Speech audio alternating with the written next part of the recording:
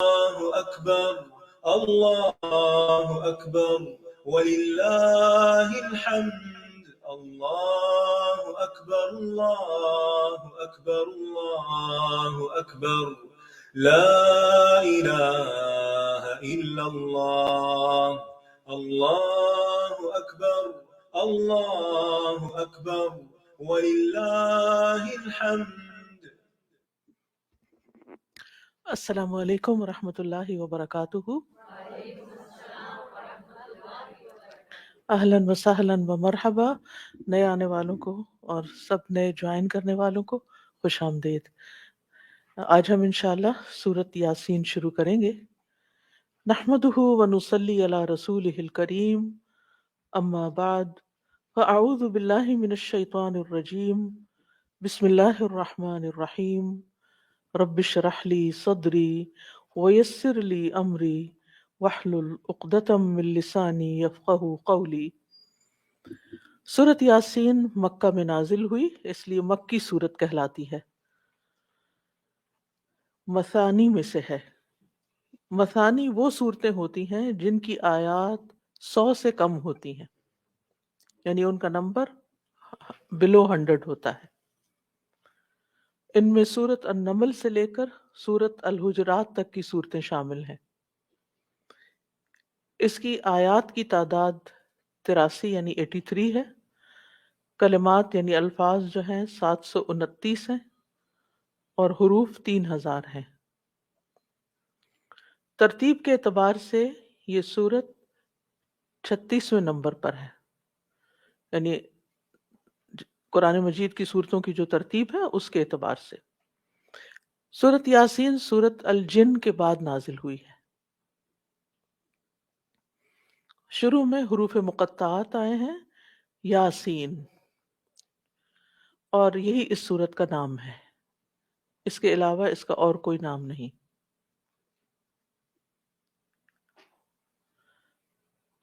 اس سورت کی عام طور پر جو فضیلت بتائی جاتی ہے وہ یہ کہ اس کو مردوں پہ پڑھا جائے، یعنی مرنے والوں پہ پڑھا جائے، یا اس کے علاوہ بھی کچھ روایات ہیں لیکن یہ روایات ضعیف ہیں. لیکن یہ یاد رکھیے کہ قرآن مجید کی ہر سورت کی فضیلت میں یہ بات کافی ہے کہ ساری کائنات بھی مل کر اس جیسی کوئی سورت نہیں بنا سکتی. چاہے سورت یاسین ہو یا سورت قل هو اللہ ہو. قرآن مجید نے خود چیلنج کیا تھا کہ تم اگر یعنی اس قرآن کو نہیں مانتے تو پھر اس جیسی کوئی سورت بنا لاؤ. ایک جگہ پر فرمایا 10 آیتیں لے آؤ، اور ایک جگہ پر جیسے ان کنتم فی ریب مما نزلنا علی عبدنا فأتوا بسورۃ من مثلہ، اس جیسی کوئی سورت بنا لاؤ. تو کوئی بھی اس جیسی سورت نہیں بنا سکا. تو یہ سب سے بڑی فضیلت ہے کہ قرآن کی ہر سورت ہی بے مثال ہے، اور سورت یاسین بھی اپنی مثال آپ ہے. لیکن عموماً ہمارے ہاں مسلمانوں کے ہاں، خصوصاً بر صغیر کے مسلمانوں کے ہاں، سورت یاسین بہت پڑھی جاتی ہے اور اس کو دوسرے قرآن کے مقابلے میں زیادہ بابرکت سمجھا جاتا ہے، حالانکہ قرآن کا ہر حرف ہی بابرکت ہے. لیکن بعض صورتوں کی خاص فضیلت بھی آئی ہے، جیسے سورۃ الفاتحہ ہے.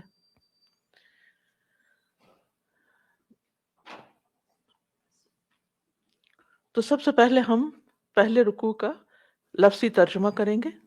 ہمارا طریقہ بھی یہی رہا ہے کہ ہم آغاز میں پہلے لفظی ترجمہ کرتے ہیں اور پھر اس کے بعد مائنڈ میپس کے ساتھ ہم اس کا غور و فکر اس پہ کرتے ہیں، تلاوت سنتے ہیں ساتھ، اور پھر تفسیر ہوتی ہے.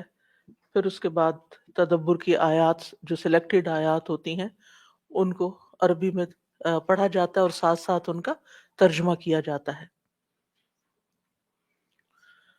تو اب آپ نکال لیجئے اپنے پارے اور اس میں جو سورۃ یاسین کا ٹیکسٹ ہے اس کو دیکھیے. بسم اللہ الرحمن الرحیم. یاسین یاسین والقرآن، قسم ہے قرآن کی، الحکیم حکمت والے، انکا بے شک آپ، لمن المرسلین البتہ رسولوں میں سے ہیں. علا اوپر، صراط راستے، مستقیم سیدھے کے، یعنی سیدھے راستے پر ہیں۔ تنزیل نازل کردہ ہے، العزیز بہت زبردست، الرحیم نہایت رحم کرنے والے کا، یعنی یہ قرآن اللہ رب العزت کی طرف سے نازل ہوا ہے۔ کیوں؟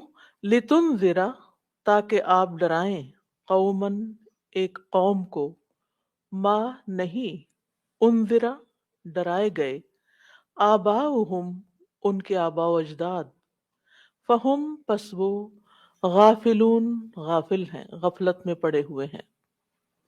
لقد البتہ تحقیق یا یقیناً، حق سچ ہو گئی، القول بات، علی اکثرہم ان کی اکثریت پر، میجورٹی پر، فہم پس وہ، لا یؤمنون ایمان نہیں لائیں گے۔ انا بے شک ہم، جعلنا ڈال دیے ہم نے، فی آناقہم ان کی گردنوں میں، اغلالا طوق، فہی تو وہ، الی الاذقان ٹھوڑیوں تک ہیں، فہم تو وہ، مقمحون سر اٹھائے ہوئے ہیں۔ وجعلنا اور بنا دی ہم نے، من بین ایدیہم ان کے سامنے سے، سدن ایک دیوار، ومن خلفہم اور ان کے پیچھے سے، سدن ایک دیوار، فاغشیناہم پھر ڈھانپ دیا ہم نے انہیں، فہم پس وہ، لا یبصرون نہیں وہ دیکھ پاتے۔ وسواء اور برابر ہے، علیہم ان پر، اانذرتہم خواہ ڈرائیں آپ انہیں، ام یا لم نہ، تنذرہم آپ ڈرائیں انہیں، لا یؤمنون وہ ایمان نہیں لائیں گے۔ انما بے شک، تنذرو آپ تو ڈرا سکتے ہیں، من اسے جو، اتبع پیروی کرے، الذکر نصیحت کی، وخشیہ اور وہ ڈرتا ہو، الرحمن رحمان سے، بالغیبی غائبانہ، فبشرہ پس خوشخبری دے دیجئے اسے، بمغفرۃ بخشش کی، واجر اور اجر کی، کریم عزت والے۔ انا بے شک ہم، نحن ہم ہی، نحیی ہم زندہ کریں گے، الموتى مردوں کو، ونکتب اور ہم لکھ رہے ہیں، ما جو، قدموا انہوں نے آگے بھیجا، وآثارہم اور ان کے آثار کو، وکل اور ہر شیء چیز کو، احصیناہ شمار کر رکھا ہے ہم نے اسے، فی امام ایک کتاب میں، مبین جو واضح ہے۔ اب آپ ان آیات کی تلاوت سنیے اور سامنے مائنڈ میپس دیکھتے جائیے اور توجہ کے ساتھ غور بسم کرتے۔ اللہ الرحمن الرحیم، یاسین والقرآن الحکیم، انک لمن المرسلین علی صراط مستقیم، تنزیل العزیز الرحیم، لتنذر قوما ما انذر آباؤهم فهم غافلون، لقد حق القول على أكثرهم فهم لا يؤمنون، إنا جعلنا في أعناقهم أغلالا فهي إلى الأذقان فهم مقمحون، وجعلنا من بين أيديهم سدا ومن خلفهم سدا فأغشيناهم فهم لا يبصرون، وسواء عليهم أأنذرتهم أم لم تنذرهم لا يؤمنون إنما تنذر من اتبع الذكر وخشي الرحمن بالغيب فبشره بمغفرة وأجر كريم إنا نحن نحيي الموتى ونكتب ما قدموا وآثارهم وكل شيء أحصيناه في إمام مبين.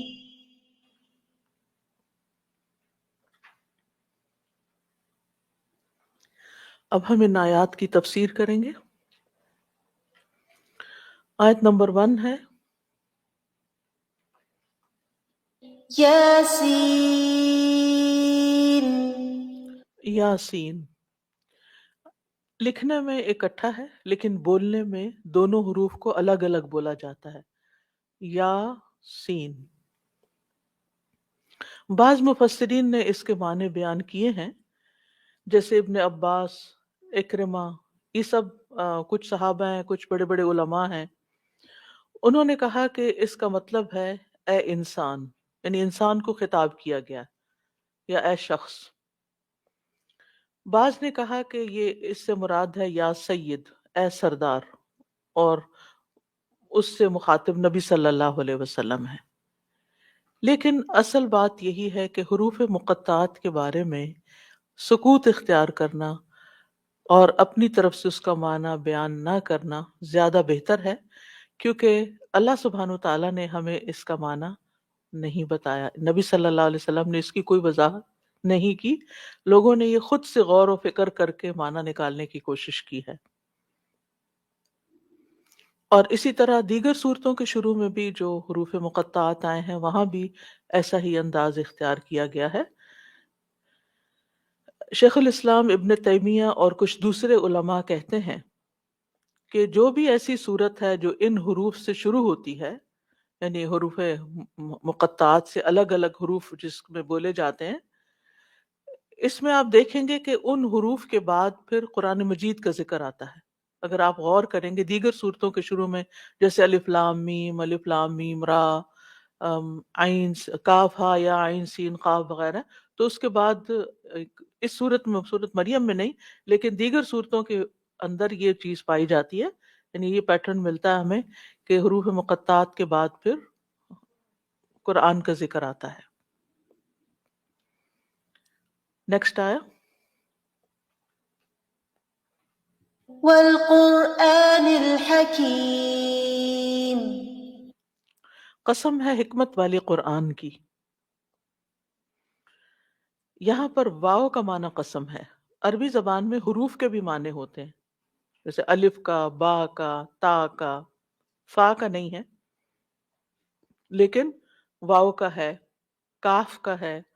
یعنی یہ اس زبان کی ایک خاص خصوصیت ہے عربی زبان کی کہ اس میں الگ الگ حروف کے معنی بھی پائے جاتے ہیں. تو یہاں واو قسم کے لیے آئی ہے. اور قسم کس لیے آتی ہے؟ کسی چیز کی تاکید کے لیے، فورسفلی اس کو بیان کرنے کے لیے. جیسے آپ اگر کوئی بات ویسے کرتے ہیں تو وہ بات ہلکی ہوتی ہے، لیکن اگر آپ قسم کھا کے ایک بات کہتے ہیں تو وہ بات اس میں زیادہ وزن آ جاتا ہے، یا اس کے اندر تاکید پائی جاتی ہے. اور اس کو یقینی بنانے کے لیے، یقین ڈالنے کے لیے کہ یہ واقعی بہت اہم بات ہے. اسی طرح تعظیم کے لیے بھی آتی ہے، یعنی اس چیز کی قسم کھائی جاتی ہے جس کی تعظیم کی جاتی ہے، یعنی انسان کی طرف سے. جیسے مثلا اللہ سبحانہ وتعالیٰ کی قسم کھائی جاتی، لیکن اللہ سبحانہ وتعالیٰ کے علاوہ کسی اور کی قسم کھانے کی ہمیں اجازت نہیں ہوتی. جو بعض لوگ ماں باپ کی قسم کھاتے ہیں، یا تمہارے سر کی قسم، یا میرے بیٹے کی، اس کو شرک کہا گیا ہے. قسم ہم صرف اللہ کے نام ہی کی کھا سکتے ہیں. لیکن اللہ سبحانہ وتعالیٰ جب کسی چیز کی قسم کھاتے ہیں، جیسے رات کی کھائی، دن کی، فجر کی، مختلف اور قسمیں آپ کو خاص طور پر 30ویں پارے میں بہت ملیں گی، تو اس میں ان چیزوں کی طرف غور و فکر کی دعوت دی گئی ہے بیسیکلی، کہ یہ چیزیں گواہ ہیں، ان کے اندر غور کرو، اور پھر جو بات تمہیں کہی جا رہی ہے وہ قابل توجہ ہے۔ والقرآن، یہاں قرآن کی قسم کھائی جا رہی ہے۔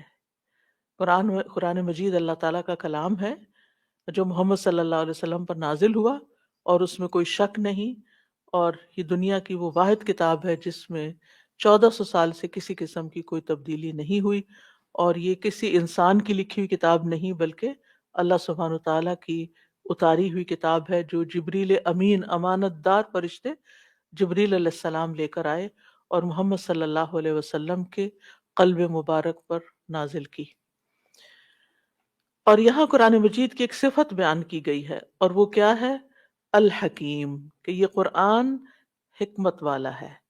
حکیم کا لفظ جو ہے محکم، محکم اور حاکم کے معنوں میں بھی استعمال ہوتا ہے۔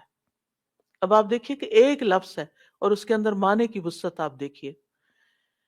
محکم یعنی پختہ کرنے والا، محکم جس کو پختہ کیا گیا، حاکم جس کی طرف فیصلے کے لیے رجوع کیا جائے۔ جیسے آتا ہے نا کہ جب تمہارے درمیان کوئی جھگڑا ہو جائے تو پھر تم اللہ اور رسول کی طرف اس کو لے جاؤ، تو اللہ سبحانہ تعالیٰ کی طرف کیسے لے جائیں گے؟ مطلب اس کا یہ کہ قرآن پہ سامنے رکھ کے دیکھو کہ قرآن میں اس کا حکم کیا آیا ہے۔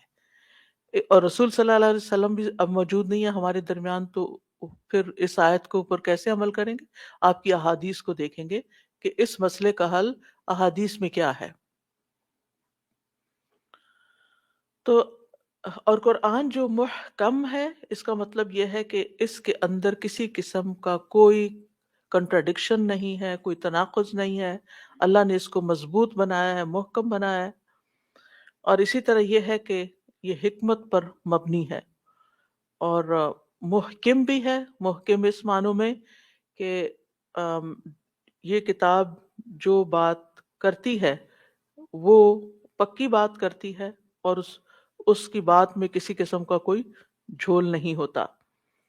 اور جہاں تک حکمت کا تعلق ہے کہ یہ قرآن حکمت والا ہے، یعنی اس کے اندر جتنے بھی احکامات ہیں وہ حکمت پر مبنی ہیں، کیونکہ اللہ سبحانہ وتعالیٰ اس دنیا اور اس پوری کائنات کے ماضی، حال، مستقبل سب کا علم رکھتا ہے، ایک ایک ذرے کو جانتا ہے۔ ایک پتا بھی جو گرتا ہے تو وہ بھی اللہ تعالیٰ کے علم میں ہوتا ہے۔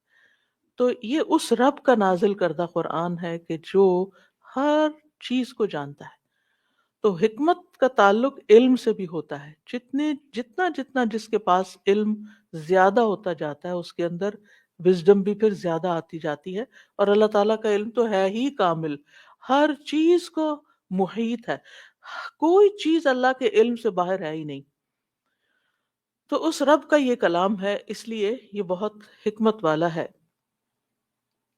اور اس میں جتنی بھی باتیں کی گئی ہیں وہ سب عقل کے مطابق ہیں، فطرت کے موافق ہیں۔ قرآن مجید میں کوئی ایسی چیز آپ کو نہیں ملے گی کہ جو عقل کی تکذیب کرتی ہو یا پھر یہ ہے کہ فطرت کے خلاف ہو۔ اسی طرح کعب رضی اللہ عنہ کہتے ہیں قرآن کو لازم پکڑو کیونکہ وہ عقل کی تیزی ہے، یعنی جو قرآن پڑھتا ہے اس کے اندر عقل زیادہ آ جاتی ہے، زیادہ سمجھدار ہو جاتا ہے، زیادہ بہتر فیصلے کرتا ہے۔ حکمت کی روشنی ہے، یعنی اس کو حکمت نصیب ہوتی ہے۔ اور حکمت کے بارے میں قرآن مجید میں آتا ہے یؤتی الحکمت من یشاء ومن یؤت الحکمت فقد اوتی خیرا کثیرا۔ وہ جس کو چاہتا ہے، یعنی اللہ سبحانہ تعالیٰ جس کو چاہتا ہے حکمت عطا کرتا ہے، اور جس کو حکمت مل جاتی ہے اس کو بہت بڑا خیر مل جاتی، بہت بھلائی مل جاتی، یعنی وہ سب سے زیادہ مالدار ہے، سب سے زیادہ فائدے میں ہے، کامیاب ہے جس کے اندر حکمت ہے، وزڈم ہے، سمجھداری ہے، عقل ہے۔ اور فرمایا یہ قرآن علم کا سرچشمہ ہے، رحمان کی طرف سے نازل ہونے والی کتابوں میں سے سب سے نئی کتاب ہے۔ اللہ نے تورات میں یہ بات فرمائی ہے، اے محمد صلی اللہ علیہ وسلم، میں تم پر جدید تورات نازل کروں گا جو نابینا آنکھوں، بہرے کانوں اور غفلت میں پڑے ہوئے دلوں کو کھول دے گی۔ تو اس کا مطلب یہ ہے کہ انسان اگر اس قرآن سے تعلق قائم نہیں کرتا تو پھر غافل ہوتا جاتا ہے، صرف دنیا دنیا دیکھ کر اس کو دنیائی کے بارے میں سب کچھ نظر آتا ہے، وہ آخرت کو بھول جاتا ہے جو کہ ہمارا اصل ٹھکانہ ہے۔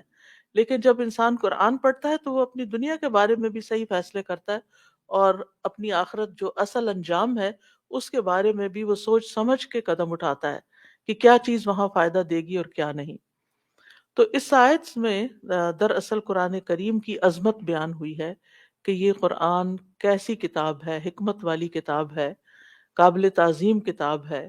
اس زمانے میں لوگ لات، عزا، منات کی قسمیں کھایا کرتے تھے، تو اللہ سبحانہ تعالیٰ نے اس کے مقابلے میں قرآن کی قسم کھائی۔ اور آ، ہمیں ہم بھی عام طور پر قرآن کی قسم کھاتے ہیں۔ یاد رکھیے، قرآن کی قسم اگر آپ کھائیں تو اس کو اللہ تعالیٰ سے کوئی الگ چیز نہیں سمجھے کہ یہ کوئی مخلوق ہے۔ قرآن مخلوق نہیں ہے، کیونکہ مخلوق کی قسم کھانا منع ہے۔ تو قرآن اللہ تعالیٰ کا کلام ہے، اس لیے بعض اوقات یہ عدالتوں وغیرہ میں قرآن کی قسم قرآن پہ ہاتھ رکھ کے فیصلہ کرواتے ہیں یا بات کرتے ہیں، تو وہ پھر ایک مختلف چیز۔ اس وقت بھی ذہن میں یہی ہونا چاہیے کہ یہ اللہ کا کلام ہے۔ اب یہاں پر قرآن کی قسم کھا کر جو بات کی گئی ہے وہ کیا ہے؟ نیکسٹ آیا۔ إنك لمن المرسلين بے شک آپ یقیناً رسولوں میں سے ہیں۔ قسم کھا کے اللہ تعالیٰ نے یہ بات فرمائی کہ آپ رسولوں میں سے۔ انکا، کا سے مراد یہاں محمد صلی اللہ علیہ وسلم ہے۔ محمد صلی اللہ علیہ وسلم ہے، اور آپ کو مخاطب کر کے کہا جا رہا ہے کہ انکا لمن المرسلین، کہ آپ یقیناً مرسلین میں سے۔ مرسلین جمع ہے مرسل کی۔ مرسل کا معنی ہوتا ہے بھیجا ہوا، اور بھیجے ہوئے سے مراد کیا ہے؟ یعنی جس کو رسول بنا کر بھیجا گیا ہو، کسی اہم کام پر لوگوں کی ہدایت کے لیے بھیجا گیا ہو اللہ سبحانہ تعالیٰ کی طرف سے۔ تو انک لمن المرسلین، کون سے مرسلین؟ یعنی آدم علیہ السلام سے لے کر محمد صلی اللہ علیہ وسلم تک جتنے بھی رسول آئے ہیں، you are one of them، آپ بھی انہی جیسے ایک رسول ہیں۔ آپ کا مقام سب سے بلند ہے، لیکن ان لوگوں کو یقین نہیں آتا تھا کہ واقعی آپ رسول ہیں۔ آپ تو ہمارے سامنے پیدا ہوئے، ہمارے سامنے پلے بڑھے، ہمارے سامنے کھاتے پیتے ہیں، چلتے پھرتے ہیں، شادی کرتے ہیں، تجارت کرتے ہیں، تو پھر آپ کو کیسے چن لیا گیا؟ آپ کیسے رسول ہو گئے؟ تو وہ آپ کو رسول ماننے کے لیے تیار نہیں تھے۔ تو اللہ سبحانہ تعالیٰ نے قسم کھا کے یہ بات فرمائی۔ اس کا یہ مطلب نہیں کہ نعوذ باللہ نبی صلی اللہ علیہ وسلم کو اپنی نبوت میں شک تھا، تو آپ کو یقین دلایا جا رہا ہے کہ نہیں نہیں آپ رسول ہی ہیں، لوگ نہیں مانتے تو آپ شک میں پڑ گئے۔ نہیں، ایسا نہیں۔ جتنی شدت کے ساتھ آپ کے مخالفین آپ کا انکار کر رہے تھے، تو اتنی ہی شدت کے ساتھ یہاں پر اس کا رد کیا گیا کہ تم اگر شک کرتے ہو تو یہ تمہارا شک غلط ہے۔ محمد صلی اللہ علیہ وسلم دراصل اللہ کے رسول ہیں۔ اور پھر آپ دیکھیے کہ قرآن کو گواہ بنا کے کہا گیا کہ آپ کی رسالت کی نشانی کیا ہے، کیسے پتا چلے گا کہ آپ واقعی رسول ہیں؟ کیا چیز گواہی دے گی؟ قسم گواہی کے لیے ہوتی ہے نا، یہ قرآن گواہی دے رہا ہے کہ یہ کوئی عام کتاب نہیں، کوئی معمولی کتاب نہیں ہے۔ اس کو پڑھ کے دیکھو، یہ ایک شاندار کلام ہے جو کوئی انسان پیش کر ہی نہیں سکتا۔ نہ یہ نثر ہے، نہ یہ نظم ہے۔ اس میں ردم بھی ہے لیکن یہ شاعری نہیں ہے، اور اس میں نثر کی طرح یعنی جیسے پروز ہوتی ہے لیکن اس میں ردم بھی ہے۔ تو یہ دنیا کا انوکھا کلام ہے، اور یہ صرف کلام ہی نہیں، کیونکہ بعض اوقات آپ دیکھیں شاعر جب شعر کہتے ہیں نا تو وہ شعر تو کہتے رہتے ہیں، لیکن بعض اوقات کوئی بات کہیں کی، کوئی کہیں کی، کوئی ادھر کی، کوئی ادھر کی، کوئی زمین کی، کوئی آسمان کی۔ تو ایسی صورت میں پھر کچھ باتیں دے میک سینس اور کچھ سینس نہیں کرتی، لیکن قرآن ایسا نہیں ہے۔ یہ حکمت والی کتاب ہے، اللہ سبحانہ تعالیٰ کی طرف سے آئی ہے، اور کوئی انسان ایسا کلام پیش نہیں کر سکتا، کوئی بھی انسان۔ اس لیے آپ صلی اللہ علیہ وسلم کو خطاب کر کے دراصل سنایا کس کو جا رہا ہے؟ آپ کے مخالفین کو، جو آپ کی رسالت پہ شک کر رہے تھے، ان کا رد کیا جا رہا ہے، کیونکہ وہ کہتے تھے آپ رسول نہیں۔ سورۃ الرعد میں آتا ہے وَيَقُولُ الَّذِينَ كَفَرُوا لَسْتَ مُرْسَلًا، کفر کرنے والے کہتے ہیں آپ کوئی رسول نہیں ہیں، ہم نہیں آپ کو رسول مانتے۔ تو اللہ سبحانہ وتعالیٰ نے فرمایا وَالْقُرْآنِ الْحَكِيمِ إِنَّكَ لَمِنَ الْمُرْسَلِينَ، یہ انکار کرتے ہیں تو کرتے رہیں، اللہ تعالیٰ گواہی دیتا ہے کہ آپ یقیناً رسولوں میں سے ہیں۔ اس میں نبی صلی اللہ علیہ وسلم کے شرف اور عزت اور مقام کا بھی اظہار ہے۔ اللہ سبحانہ تعالیٰ نے کسی اور رسول کی رسالت کی قسم نہیں کھائی، لیکن آپ کی رسالت کی قسم کھائی ہے، یعنی اس کے اس بات کے لیے قسم کھائی ہے۔ اور سورۃ البقرہ کے اندر آیت 252 میں بھی آتا ہے تِلْکَ آیاتُ اللہِ نَتْلُوهَا عَلَيْکَ بِالْحَقِّ وَإِنَّکَ لَمِنَ الْمُرْسَلِینَ، یہ اللہ کی آیات ہیں جنہیں ہم آپ پر حق کے ساتھ پڑھ رہے ہیں، اور یقیناً آپ رسولوں میں سے ہیں۔ اور مرسلین یعنی کوئی نئے رسول نہیں ہے، پہلے بھی رسول آتے رہے ہیں، ہاں آپ کے ذریعے رسالت مکمل ہو گئی، یعنی اللہ تعالیٰ نے انسانوں کی ہدایت کے لیے جتنے رسول بھیجنے تھے وہ آ چکے۔ اب عیسیٰ علیہ السلام آئیں گے، لیکن وہ آپ ہی کی شریعت کو فالو کریں گے، وہ نئے رسول کی حیثیت سے نہیں آئیں گے۔ ابو ہریرہ رضی اللہ عنہ سے روایت ہے کہ رسول اللہ صلی اللہ علیہ وسلم نے فرمایا بے شک میری مثال اور مجھ سے پہلے انبیاء علیہ السلام کی مثال اس شخص کی طرح ہے جس نے ایک مکان بنایا، پھر اس نے اسے بہت اچھا اور بہت خوبصورت تیار کیا، مگر ایک کونے میں اینٹ کی جگہ خالی چھوڑ دی۔ اب لوگ آ کر اس کے ارد گرد گھومتے ہیں اور اسے دیکھ کر خوش ہوتے ہیں، اور یہ بھی کہتے ہیں کہ ایک اینٹ کیوں نہیں رکھی گئی، یعنی اتنا خوبصورت مکان ہے اور ایک اینٹ کی جگہ خالی ہے۔ آپ نے فرمایا میں ہی وہ اینٹ ہوں اور میں خاتم النبیین ہوں، یعنی آپ کی آمد پر وہ عمارت بالکل مکمل ہو گئی۔ اسی طرح یہ ہے کہ آپ رحمت للعالمین ہیں، سارے جہان والوں کے لیے رحمت بنا کے بھیجے گئے، اسی لیے آپ کی رسالت کو جو لوگ نہیں مانتے، لیکن دیگر مخلوق جو ہے وہ بھی آپ کی رسالت کو تسلیم کرتی ہے۔ اور اس کی دلیل کیا ہے؟ یہ روایت مسند احمد کی، جابر رضی اللہ عنہ کہتے ہیں کہ ایک مرتبہ ہم لوگ رسول اللہ صلی اللہ علیہ وسلم کے ساتھ کسی سفر سے واپس آ رہے تھے۔ جب ہم نجار کے ایک باغ کے قریب پہنچے تو پتہ چلا کہ باغ میں ایک اونٹ ہے جو باغ میں داخل ہونے والے ہر شخص پہ حملہ آور ہو جاتا ہے، اٹیک کر دیتا ہے۔ تو لوگوں نے یہ بات نبی صلی اللہ علیہ وسلم کو بتائی، تو آپ اس باغ میں تشریف لے گئے اور اس اونٹ کو بلایا، اور وہ گردن جھکا کے آ گیا، آپ کی خدمت میں حاضر ہوا، آپ کے سامنے آ کے بیٹھ گیا۔ نبی صلی اللہ علیہ وسلم نے فرمایا اس کی لگام لاؤ، لگام اس کے منہ میں ڈال کر اونٹ مالک کے حوالے کر دیا، پھر لوگوں کی طرف متوجہ ہو کے فرمایا آسمان و زمین کے درمیان جتنی چیزیں ہیں، غور سے سنیے، آسمان اور زمین کے درمیان جتنی چیزیں، ملائکہ ہیں، جنات ہیں، جو بھی مخلوقات ہیں، سوائے نافرمان جنوں کے اور نافرمان انسانوں کے، سب جانتے ہیں کہ میں اللہ کا رسول ہوں۔ یعنی انسان اور جن جو نہیں مانتے، باقی سب مانتے ہیں کہ آپ اللہ کے رسول ہیں۔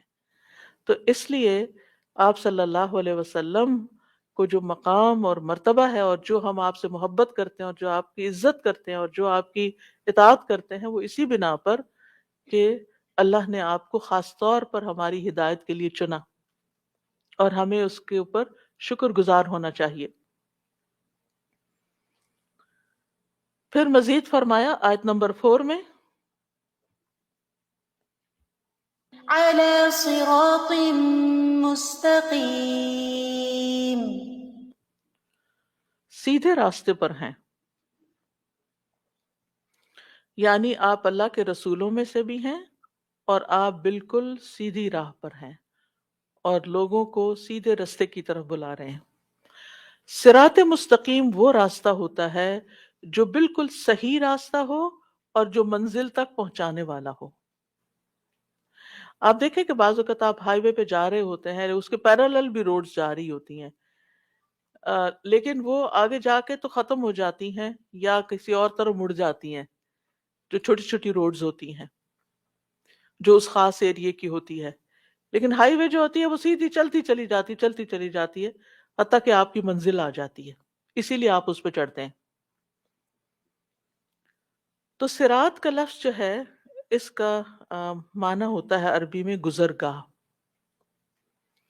اور سرت کا مطلب ہوتا ہے صاد را طا کا مطلب ہوتا ہے تیزی سے گزرنا، اور صراط کو اس وقت تک صراط نہیں کہا جاتا جب تک وہ کھلا اور وسیع راستہ نہ ہو، یعنی بہت کھلا نہ ہو جب تک۔ صراط چھوٹے سے پگ ڈنڈی کو نہیں صراط کہتے، کھلے اور وسیع راستے کو کہتے ہیں، اور وہ اپنے اوپر بہت سے گروہوں کو لوگوں کو اٹھا سکتا ہو، یعنی بہت سے لوگ کٹھے بھی جا سکتے ہو۔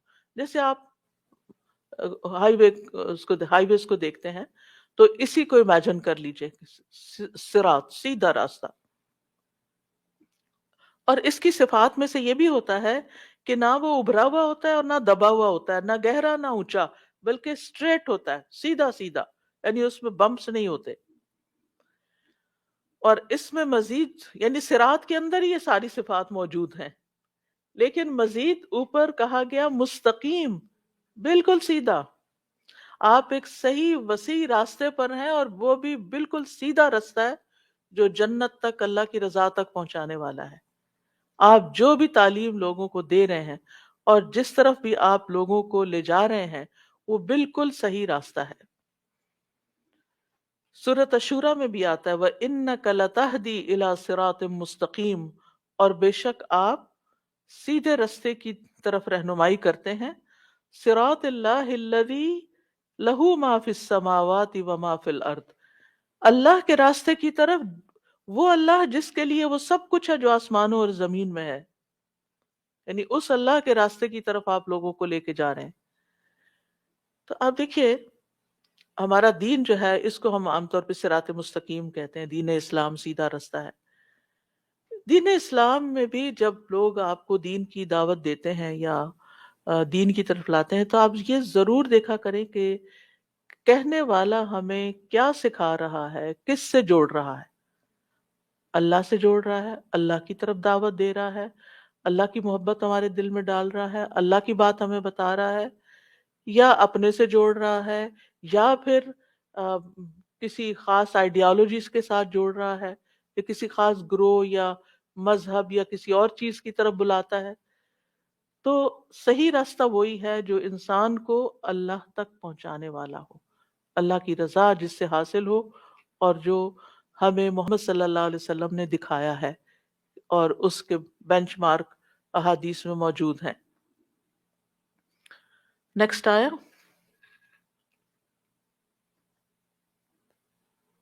تنزيل العزيز الرحيم، یہ قرآن بہت زبردست، نہایت رحم کرنے والے کا نازل کردہ ہے۔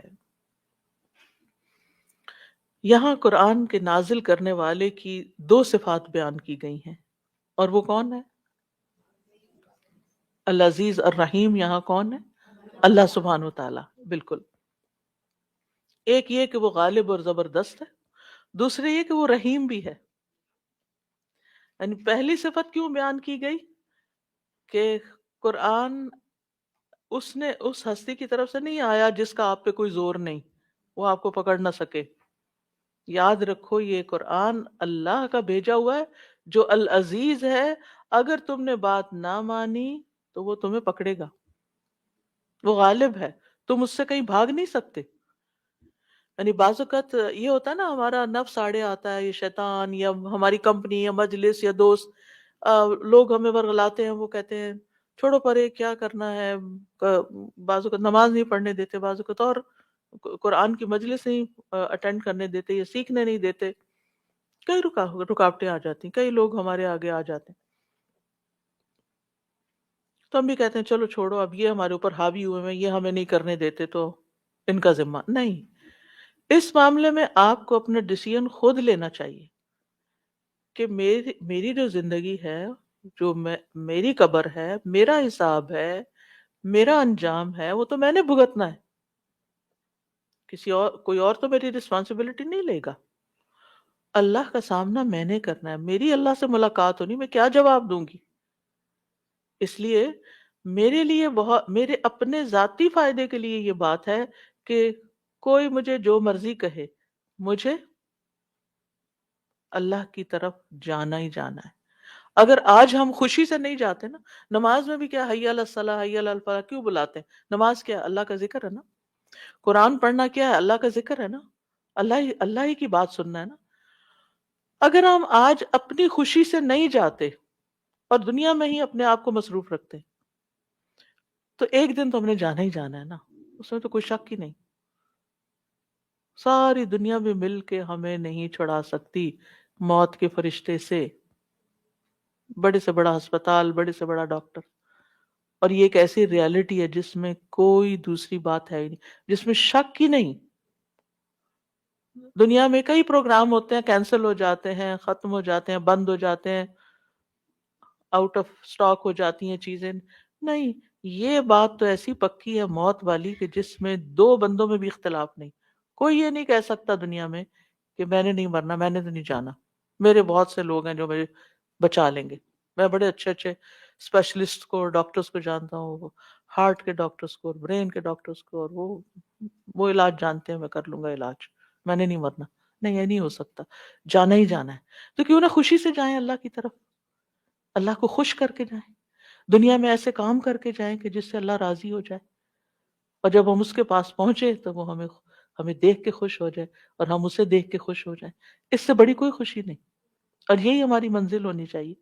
تو اس جانے کی تیاری قرآن کے ذریعے ہوتی ہے۔ تو اللہ تعالیٰ فرماتے ہیں تنزیل العزیز الرحیم، یہ قرآن اس ہستی کا نازل کردہ ہے جو العزیز ہے، غالب ہے، زبردست ہے، پکڑنے پہ قادر ہے۔ تم اس کا کچھ نہیں بگاڑ سکتے، اس سے کہیں نہیں بھاگ سکتے۔ اس کے ساتھ ساتھ وہ الرحیم بھی ہے، یعنی وہ مہربان بھی ہے کہ جو اس کی طرف ایک قدم آتا ہے وہ 10 قدم اس کی طرف آتا ہے۔ اور اس کی یہ بہت بڑی مہربانی ہے کہ اس نے ہمیں دنیا میں پیدا کر کے ایسے ہی نہیں چھوڑ دیا کہ ہم کدھر جائیں۔ ہمیں بتایا، ہمیں کتاب دی کہ یہ ہے کتاب، اس کے مطابق تم نے چلنا، یہ تمہارا مینول۔ آپ نے دیکھا ہوگا کہ جیسے بڑے بڑے مالز ہوتے ہیں نا، تو آپ کو مثلا کوئی خاص چیز خریدنی ہے اور اگر آپ کو نہ پتا ہو نا کہ وہ کہاں ہے تو کتنی خواری ہوتی ہے۔ تو اس کے لیے آپ جاتے ہی کیا کرتے ہیں؟ یا تو کوئی میپ دیکھتے ہیں کھڑے ہو کے، میں نے اس سٹور پہ جانا ہے، یہ کس طرف ہے، یا کوئی وہاں پر کھڑا ہو تو اس سے آپ پوچھتے ہیں کہ کدھر کو جانا ہے، یہ کہاں سے جائے گا، کتنا دور ہے یہاں سے، ساری معلومات کر کے آپ چلنا شروع کرتے ہیں۔ آپ ایسے ہی تھوڑی کہ دیکھنا شروع کر دیتے رائٹ لیفٹ کہ یہ کون سا شاپ ہے، یہ کون سی چیز ہے، یہ کون سا برانڈ ہے، اور پھر چلتے جائیں چلتے جائیں۔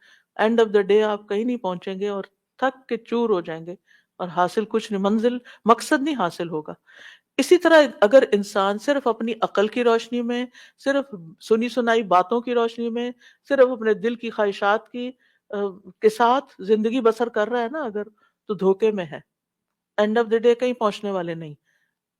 تو اس لیے بہت ضروری ہے کہ قرآن کے مطابق ہم اپنی زندگی بسر کریں، کیونکہ یہ اللہ کی مہربانی ہے اور رحیم رب کی کہ اس نے ہمیں قرآن دیا کہ ہم گمراہی سے بچ جائیں، بھٹکنے سے بچ جائیں، خوار ہونے سے بچ جائیں، اور اس طریقے پر چلے کہ جس سے دنیا اور آخرت کی کامیابیاں حاصل ہوں۔ اور یہ جو تنزیل کا لفظ ہے نا، یہ نزل ینزل سے ہے مصدر۔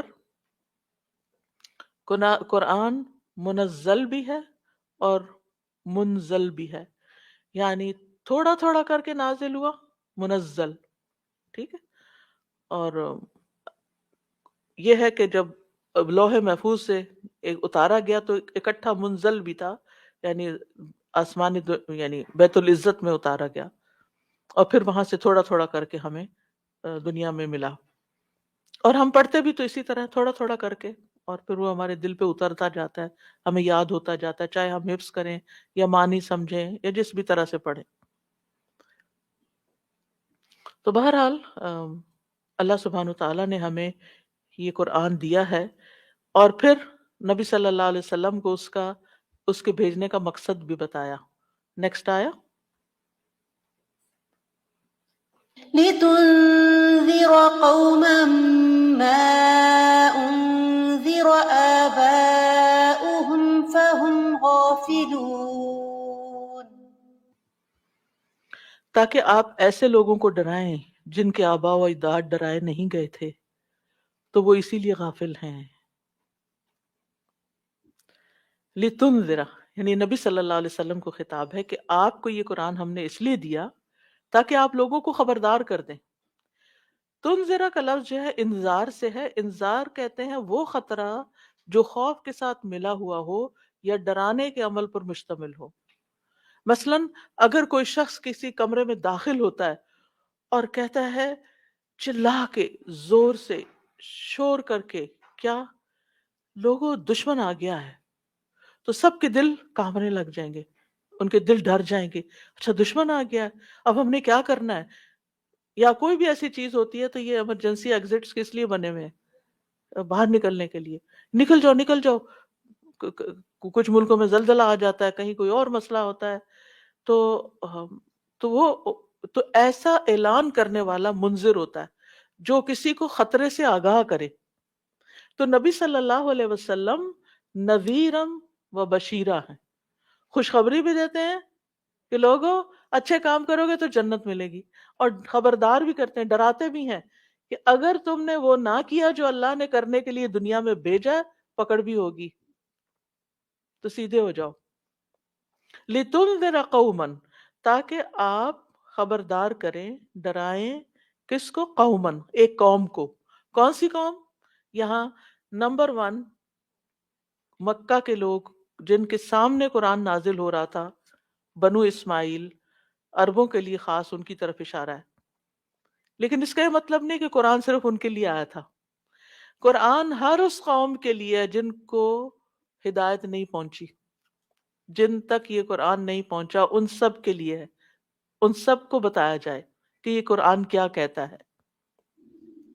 چونکہ آپ سب سے پہلے عربوں کی طرف مبعوث کیے گئے تھے، لیکن آپ صرف عربوں کے لیے پیغمبر نہیں ہیں، آپ سارے لوگوں کے لیے، سارے انسانوں کے لیے. کیونکہ دنیا میں کچھ ایسے لوگ بھی ہیں جو کہتے ہیں کہ ہاں نبی صلی اللہ علیہ وسلم، محمد صلی اللہ علیہ وسلم واز اے پروفٹ، لیکن وہ عربوں کے لیے پروفٹ تھے، ہمارے لیے نہیں ہے. جب ان کو کہا جاتا ہے نا کہ قرآن پڑھ کے دیکھو جو محمد صلی اللہ علیہ وسلم لائے ہیں، جو ان کی رسالت کی سچائی کی دلیل ہے، تو کہتے ہیں ہاں ہاں مانتے ہیں لیکن ہمارے لیے نہیں ہے. جبکہ قرآن کیا کہتا ہے؟ قرآن بتاتا ہے ہمیں یا ایھا الناس انی رسول اللہ الیکم جمیعا، اے لوگو بے شک میں تم سب کی طرف اللہ کا رسول ہوں. تو محمد صلی اللہ علیہ وسلم پوری دنیا کے لیے، یعنی آج بھی جتنے لوگ اس پلانٹ پہ موجود ہیں، محمد صلی اللہ علیہ وسلم ان سب کی طرف رسول بنا کے بھیجے گئے ہیں. اور اس میں آپ دیکھیے کہ یہ لوگ 2 طرح کے ہیں. اس کو کہا جاتا ہے کہ ایک امت دعوت ہے اور ایک امت اجابت ہے. امت اجابت وہ ہے جس نے بات قبول کر لی، مان لی، جیسے ہم لوگ ہیں کہ ہم ان کو رسول مانتے ہیں. لیکن امت دعوت کون سی ہے؟ کہ جن کو ابھی میسج کنوے کرنا ہے، جن تک پہنچا نہیں ہے، ان تک قرآن پہنچانا ہے. اب آپ دیکھیے جس چیز کو ہم نے خود نہ چکھا ہو وہ دوسروں تک کیسے لے جائی جا سکتی؟ آپ کسی کو بھی، مثلا آپ اچھی سی ڈش گھر میں بناتی ہیں تو آپ چاہتی ہیں کہ آپ اپنی بہن کو بھیجیں، اپنے ہمسائے کو بھیجیں، لیکن آپ سب سے پہلے کیا کہتے ہیں میں ذرا چکھ تو لوں اس کو کیسی ٹیسٹ کری. اگر بہت اچھی کری تو خوشی خوشی بھیجتے، اگر نہیں تو کہتے یہ دینے والی نہیں. تو اسی طرح جس نے خود قرآن نہیں نہ چکھا، اس کے دل میں یہ تڑپ نہیں ہو سکتی کہ میں کسی اور کو بھی دوں، کسی اور کو بھی بلا لوں، کسی اور کو بھی سکھا دوں، کسی اور کو بھی کوئی راستہ دکھا دوں. لیکن جو اس کا مزہ چکھ لیتے ہیں اور واقعی ان کو ٹیسٹ آ جاتا ہے. ایک یہ ہوتا ہے کہ کوئی بیمار لوگ ہوتے ہیں نا، آپ ان کے سامنے اچھے سے اچھے مزے کا کھانا بنا کے رکھیں، ان کا اپنا منہ کڑوا ہوتا ہے تو وہ کھاتے ہیں، چکھتے ہیں، ان کو مزہ نہیں آتا، کہتے ہیں یہ نہیں کھانا مجھے. اب بیمار کے آگے جو رکھتے ہو کہتے مجھے نہیں کھانا، مجھے نہیں مزہ آ رہا، میں نے نہیں کھانا. تو وہ بیمار لوگ ہوتے ہیں. تو کچھ ایسے ہی دلوں کے بیمار لوگ ہوتے ہیں جن کو قرآن پڑھ کے سن کے مزہ نہیں آتا، اور پھر نہ وہ خود اس کو چکھتے ہیں، نہ کسی اور کو چکھاتے ہیں، نہ کسی اور کو دعوت دیتے ہیں. لیکن حقیقی معنوں میں جس بندے کے دل کے اندر یہ اتر جائے، جس کو مزہ آ جائے، پھر اس کو وہ چھوڑتا نہیں. اور صرف یہ نہیں کرتا کہ خود نہ چھوڑے، بلکہ اس کو فکر لگ جاتی ہے ہر ایک کی اس کو، وہ میری بہن کو بھی یہ پتا ہونا چاہیے، فلاں کو بھی، فلاں کو، وہ ہر ایک کے لیے پھر پریشان ہو جاتا ہے اور ہر ایک کے لیے خیر خواہ ہو جاتا ہے۔ تو یہاں سب سے پہلے تو نبی صلی اللہ علیہ وسلم کا یہ فریضہ تھا، آپ کے جانے کے بعد پھر صحابہ کرام نے اپنی ذمہ داری پوری کی، دنیا کے مشرق و مغرب میں پھیل گئے، ان کے بعد اگلی جنریشن آئی، تابعین کی آئی، پھر تبع تابعین کی آئی، پھر امت میں ہر دور میں اسکالرز آتے رہے۔ جب امت اچھی حالت میں تھی تو دین کا میسج بھی، قرآن کا میسج ہر جگہ پہنچتا رہا، لیکن جو جو امت کے اندر ڈکلائن آیا، زوال آیا، امت نے خود بھی قرآن کو چھوڑ دیا اور دوسروں کو بھی اس کی طرف بلانا چھوڑ دیا، جو کہ اس کی بنیادی ذمہ داریوں میں سے ہے۔ کنتم خیر امت اخرجت للناس، تم بہترین امت ہو جو لوگوں کے لیے نکالی گئی۔ اس ملک میں رہتے ہوئے ہم سب پر یہ ذمہ داری آتی ہے کہ ہم خود بھی قرآن کو سمجھیں کہ اللہ نے ہم سے کیا کہا، اور اس کے ساتھ ساتھ اپنے دائیں بائیں جو ہمارے نیبرز ہیں اور لوگ ہیں ان کو بھی دعوت دیں، سب سے پہلے مسلمانوں کو اور پھر اس کے بعد نان مسلمز کو بھی، کہ وہ دنیا سے جانے سے پہلے ایک دفعہ کم از کم ضرور جان لیں کہ یہ کتاب کیا کہتی ہے۔ اور بعض اوقات یہ ہوتا ہے نا کہ ہم چونکہ اور طرح کے ہمارے ٹیسٹ بن چکے ہوتے ہیں تو ہم خود پڑھنے لگتے ہیں تو سمجھ نہیں آتی بات، تو اس لیے بہت ضروری ہوتا ہے کہ کوئی ایسا استاد ہو جو آپ کو بات سمجھا دے، تو آپ اپنے پورے ویک کی جو روٹین ہے اس کو آپ دیکھ لیں، کون سے کام اس وقت میں، جو مثلاً اگر آپ یہ کلاس یا کوئی اور جو بھی آپ کے لیے کنوینئنٹ ہے اس کو آپ جوائن کرنا چاہیں، اس وقت میں مجھے کیا کرنا ہوتا ہے، کیا اس کام کو میں کسی اور وقت شفٹ کر سکتی ہوں؟ اس کام، مثلاً آپ کی جاب ہے یا آپ کے گھر کا کام ہے یا آپ کی کوئی اور کمٹمنٹس ہیں، تو ان کو آپ کسی اور ٹائم پر شفٹ کر کے اس بلاک کو خالی کر کے اپنے لیے اللہ سبحانہ تعالیٰ کی کتاب کے لیے اپنے آپ کو وقف کریں۔ اور یہ میرا پرسنل ایکسپیرینس کہ جتنا قرآن زندگی میں ہوتا ہے اوقات میں اتنی ہی برکت ہو جاتی ہے، کاموں میں اتنی ہی برکت ہو جاتی ہے، اور وقت میں ایسی برکت ہو جاتی ہے کہ الحمدللہ جو آپ کے باقی ٹارگٹس ہوتے ہیں وہ بھی سارے پورے ہو جاتے ہیں۔ اور بعض اوقات تو ایسا ہوتا ہے کہ اچھا ابھی تھوڑا سا ٹائم اور ہے، تو اس کے لیے بھی کچھ نہ کچھ سوچ کے رکھا ہوا ہو تاکہ بوریت نہ ہو، تاکہ کوئی اداسی نہ ہو، تاکہ کوئی پریشانی نہ دل پہ آ جائے، کیونکہ جو ہی انسان ذرا بھی فارغ ہوتا ہے نا تو ہمارا دشمن طاق میں لگا ہوتا ہے۔ دشمن کون ہے؟ شیطان۔ وہ طاق میں لگا ہوتا ہے، وہ فوراً حملہ کرتا ہے، وہ ایسی ایسی باتیں سجھاتا ہے، ایسی ایسی چیزیں سجھواتا ہے، تو پھر ہم بیٹھ جاتے ہیں، وہ ڈپریشن کا شکار ہو جاتے ہیں کہ زندگی میں کوئی لطف ہی نہیں رہتا۔ ساری نعمتیں ہیں، دنیا کا کون سا پھل ہے جو یہاں نہ ملتا ہو کینیڈا میں؟ ہر چیز ملتی۔ کون سی نعمت ہے جو آپ خریدنا چاہیں اور آپ کو نہ ملے؟ آپ کے جیب میں پیسے ہوں، لوگوں کے پاس پیسے بھی ہیں، نعمتیں بھی، اویلیبلٹی اینڈ افورڈیبلٹی دونوں ہیں، لیکن پھر بھی زندگی میں اداسی ہے۔ وائے؟ سوچنے کی بات ہے نا۔ وہ ویکیوم ہے اندر، وہ صرف قرآن سے بھر سکتا ہے، کیونکہ ہماری زندگی میں قرآن کی اتنی ضرورت ہے ہماری روح کو جتنی شاید ہمارے جسم کو کھانے پینے کی نہیں۔ تو اس لیے بہت ضروری ہے کہ ہم اس کتاب کے ذریعے نبی صلی اللہ علیہ وسلم نے جو ہمیں خبردار کیا، ہم آگے لوگوں کو بھی خبردار کرنے والے ہوں۔ فرمایا کہ ایسے لوگوں کو خبردار کرو ما انذر آباؤہم، جن کے باپ دادا بھی خبردار نہیں کیے گئے۔ یعنی اس جنریشن کے اندر اویئرنس کیوں نہیں؟ کیونکہ ان سے اوپر کی جنریشن یعنی ان کے پیرنٹس کی جو جنریشن تھی ان کو بھی نہیں پتا تھا۔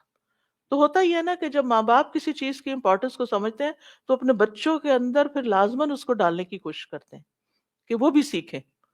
آپ کے بچے آپ کو آبزرو کر کے دیکھتے ہیں، آبزرو کر کے وہ نتیجے پہ پہنچتے ہیں کہ زندگی میں سب سے امپورٹنٹ کیا ہے۔ اگر آپ کیریئر اورینٹڈ ہیں، مدر بھی فادر بھی، تو بچوں کے اندر بھی پھر آتی ہے یہ چیز کہ کامیابی اسی میں ہے۔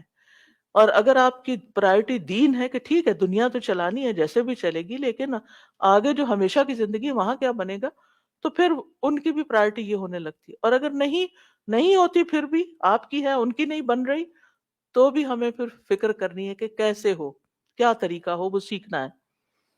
فرمایا کہ ان کے آباء و اجداد یعنی اسماعیل علیہ السلام کے بعد عربوں کے اندر براہ راست کوئی نبی نہیں آیا تھا، تو اس لیے کیونکہ عیسیٰ علیہ السلام بنی اسرائیل کی طرف بھیجے گئے تھے، موسیٰ علیہ السلام بنی اسرائیل کی طرف آئے تھے، تو حضرت اسحاق علیہ السلام کی اولاد میں سینکڑوں پیغمبر آئے، لیکن محمد صلی اللہ علیہ وسلم کے بعد بنو ابراہیم علیہ السلام کے بعد بنو اسماعیل میں محمد صلی اللہ علیہ وسلم سے پہلے رسول نہیں آئے.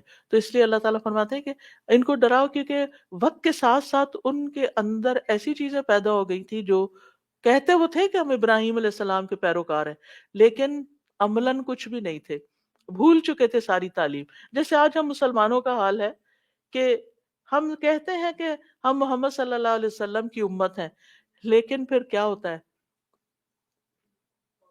ہم فالو نہیں، ہمیں پتہ ہی نہیں کون تھے وہ، سیرت کے بارے میں نہیں پورا جانتے، ان کی لائف ہسٹری کے بارے میں ہمارے بچے کہاں پوری طرح جانتے ہیں، کیونکہ ہمیں نہیں پتا نا، تو ہم پھر بچوں کو سٹوریز بھی نہیں سنا سکتے. تو ماں کا ایجوکیٹڈ ہونا دین میں بہت ضروری ہوتا ہے. اگر اپنے بچے نہیں ہیں تو اوروں کو بچے بنا لیں اور ان کو سکھائیں، تاکہ آپ کے لیے آپ کے بعد صدقہ جاریہ ہو، آپ کے لیے کوئی اولاد دعا کرنے والا ہو. تو بہرحال ما انذر آباؤہم، ان کے آباء و اجداد کو آپ سے پہلے کوئی ڈرانے والا نہیں بھیجا گیا.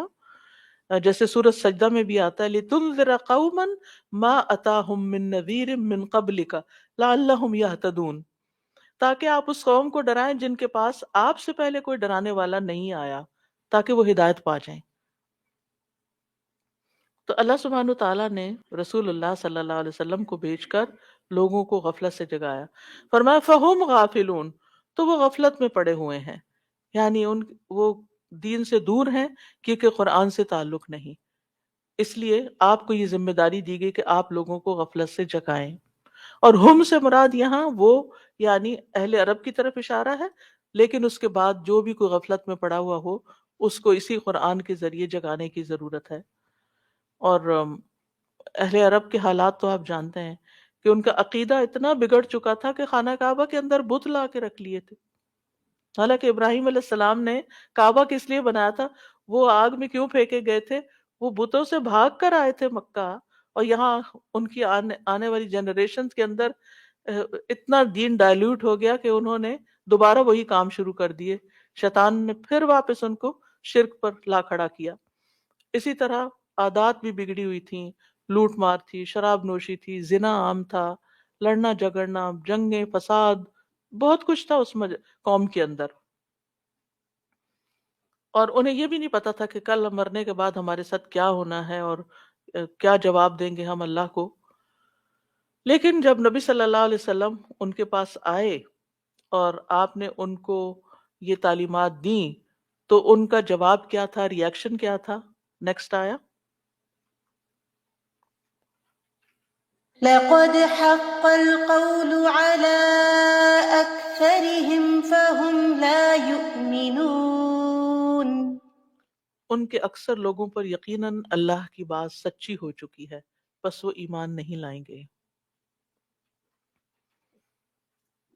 یعنی آپ صلی اللہ علیہ وسلم کو بتایا جا رہا ہے کہ ان کی جو میجورٹی ہے نا وہ آپ کی مخالف ہو جائے گی. اور حقیقت ہے کہ مکہ میں 13 سال رہے تھے آپ، اور دن رات آپ نے سمجھایا تھا ان کو، لیکن کتنے لوگ انگلیوں پہ گنے جا سکتے تھے جن لوگوں نے ہجرت کی مکہ سے مدینہ.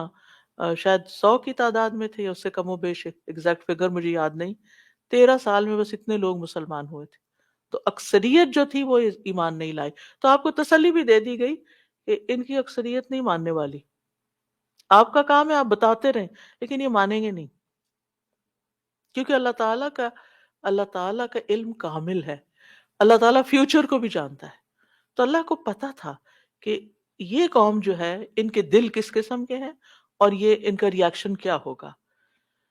تو جو وہ لوگ آپ کی دعوت کے مقابلے میں ضد اور ہٹ دھرمی سے کام لے رہے تھے، اور انہوں نے یہ فیصلہ کر لیا تھا کہ ہم نے نہیں ماننا، کیونکہ وہ تکبر کا شکار تھے، وہ اپنے آپ کو بڑا سمجھتے تھے.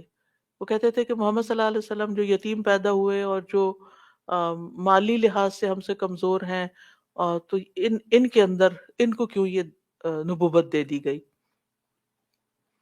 اور یہاں یہ جو بات کی گئی ہے نا لقد حق القول علی اکثرہم، ان کی اکثریت پر بات چشمہ ہو گئی، حق ہو گئی، سچی ہو گئی ان کے بارے میں بات. یہ کون سی بات ہے؟